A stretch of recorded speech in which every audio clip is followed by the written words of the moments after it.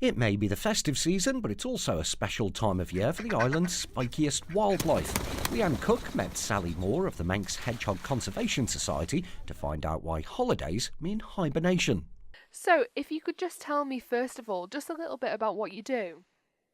Okay, I founded and manage Manx Hedgehog Conservation Society 2015, and we're very busy, and it's all about the conservation of hedgehogs, education and awareness, lots and lots of school visits, lots and lots of youth group visits, WI visits. I think the Alaman's just gone a little bit hedgehog crazy, actually.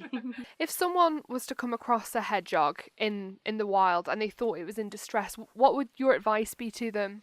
Okay, we're very busy with these phone calls because, to be honest, never before has there been what we call like a hedgehog hotline at any time of the day. And, you know, I do work, so I do try my absolute best to try and fit all these phone calls in as and when. So basically, alarm bells start ringing when you find a hedgehog out in daylight hours.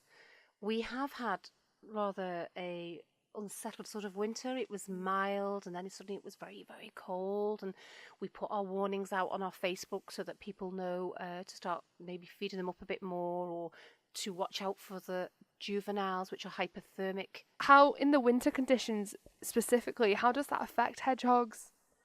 Okay, well, the race is on during the summer to literally get the hedgehogs to be a certain weight, and they are indeed, you know, very clever little hedgehogs, and they know where to go and find their food, and they will travel miles if they can't find it, and they will build up their own fat reserve, which is vitally important, which is just either side of their body, and when they go into hypothermic state, that usually is because the fat reserve isn't enough, the weight of the hedgehog isn't right, it's well below 600 grams, but if they are 600 grams plus, we like them to be about 800 or 900, we call them hedgehog puddings.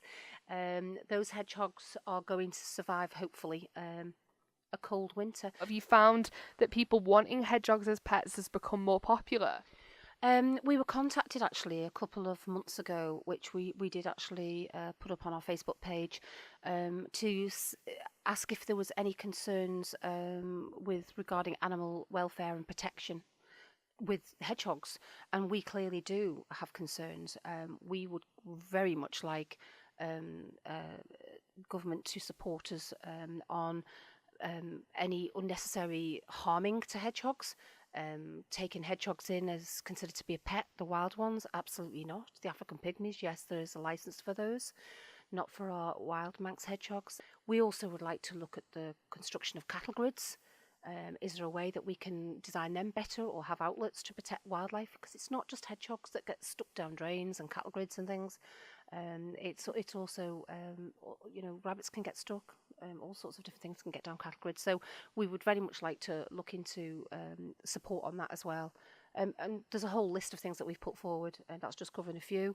So we'll just have to see what happens and take it from there. But we really hope that there could be some protection order put towards the hedgehog. We do have that for the lizards here in the Isle of Man. We do have that for the bats here in the Isle of Man. And everybody loves the hedgehogs, but as yet there isn't a protection order for hedgehogs. So this charity would like to move forward with that, and we keep fingers crossed on that, really. More music for the Isle of Man. 3FM.